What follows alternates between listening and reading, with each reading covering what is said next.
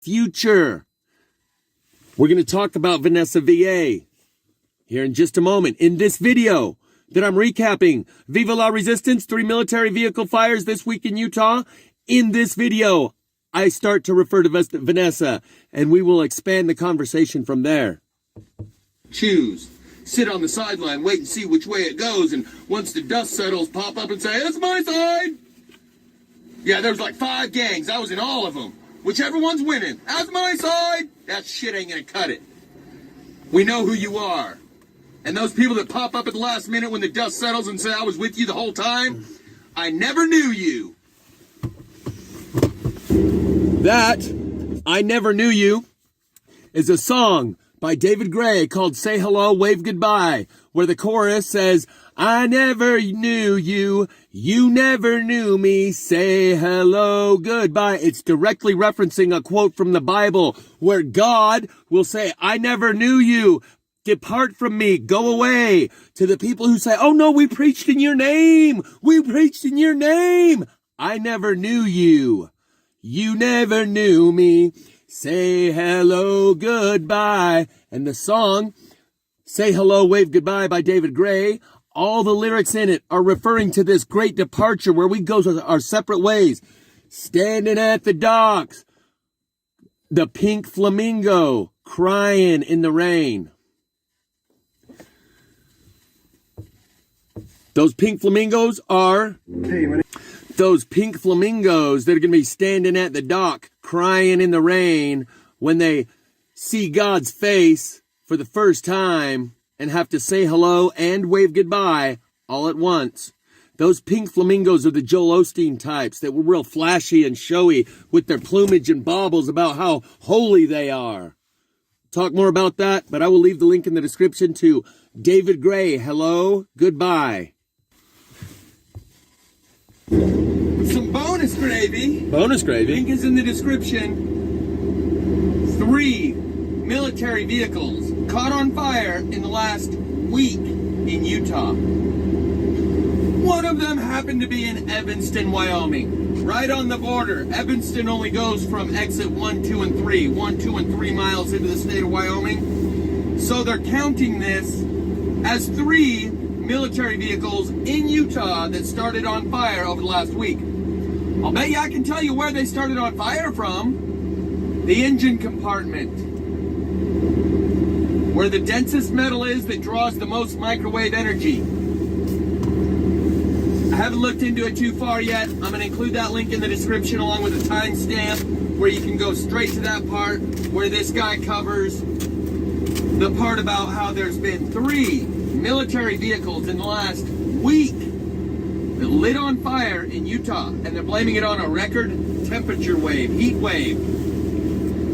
Note here, the United States had an amphibious carrier. A record what? A record temperature heat wave? Oh, you mean like the song by Glass Animals, "Heat wave's been freaking me out." Link will be in the description.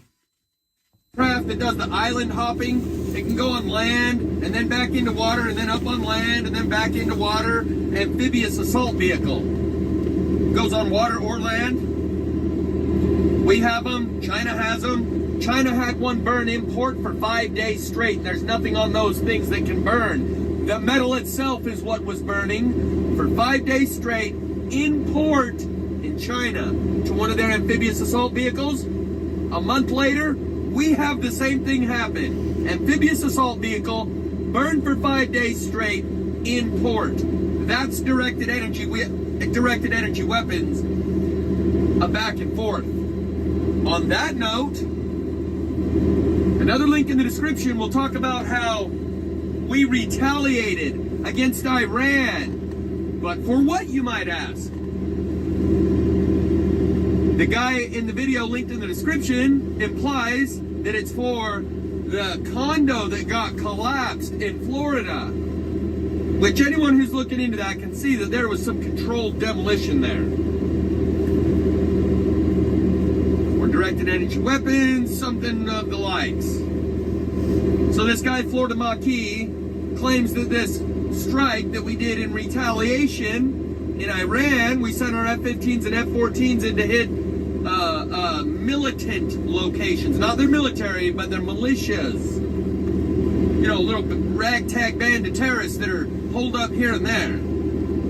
So did we actually strike Iran and Iran's military or militias? Either way, Florida Maquis says it's retaliation and retribution for that condo that got felled in Florida. So there's 2 links in the description, some bonus gravy.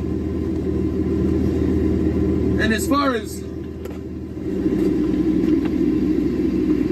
this goes,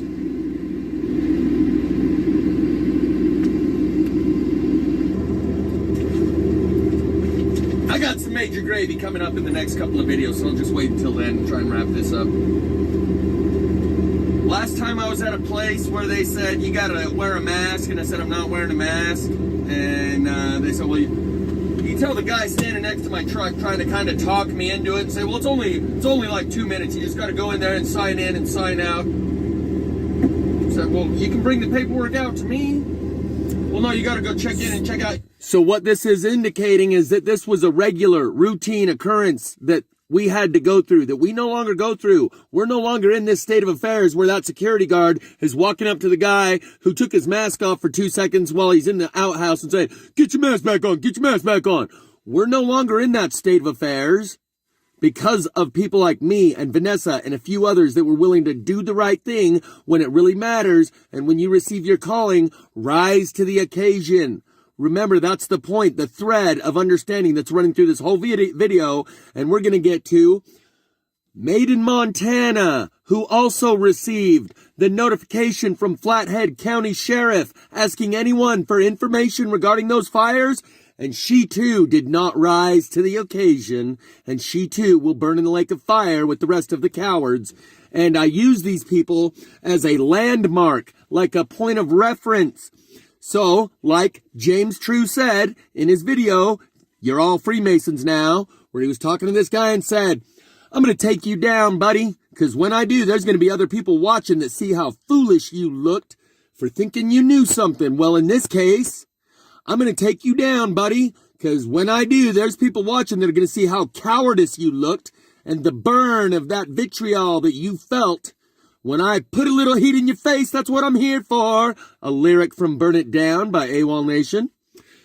And when their moment arises for them to shine and rise to the occasion instead of shrinking away like a coward because they saw what the consequences are, they will rise to the occasion and shine. That's the purpose for calling people out, using them like a landmarker of a reference point to help others navigate this environmental terrain, to know you don't want to be that guy, don't go that direction, go the other direction when you come to that crossroads. Eventually the guy said, well, since you don't care, I'll just check in on the computer and check you out, since you don't care what time it is. And then you got checked in and checked out. I said, okay. And eventually, on my way out of there, the guy who was kind of trying to hassle me and talk me into it, and he's like, dude, I think it's all crap too, and I can't wait for all this to be over. I explained to him that most places have a secondary option and a secondary program for truckers like myself. He's like, well, we don't have that yet. I'm like, well, I'm helping them establish that secondary option for truckers like myself. And hopefully I don't know if I said this to him, that hopefully eventually they'll have a secondary option for the employees as well. But he knew, he understands, I'm the thin blue line between total tyranny and